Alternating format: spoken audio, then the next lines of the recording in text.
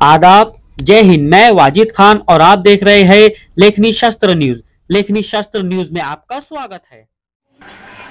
नमस्कार, लेखनी शास्त्र न्यूज मध्ये आपण सर्वांचे पुन्हा एकदा स्वागत।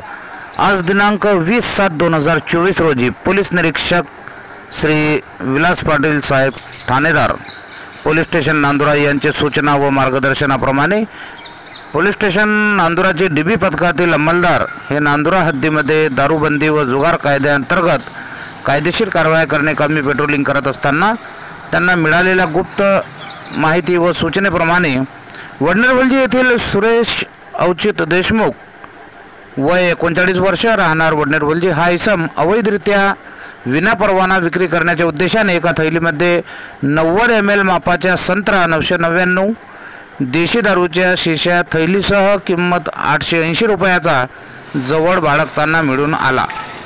नमूद आरोपीविरुद्ध दारूबंदी कायद्याअंतर्गत कायदेशीर कारवाई करण्यात आली आहे।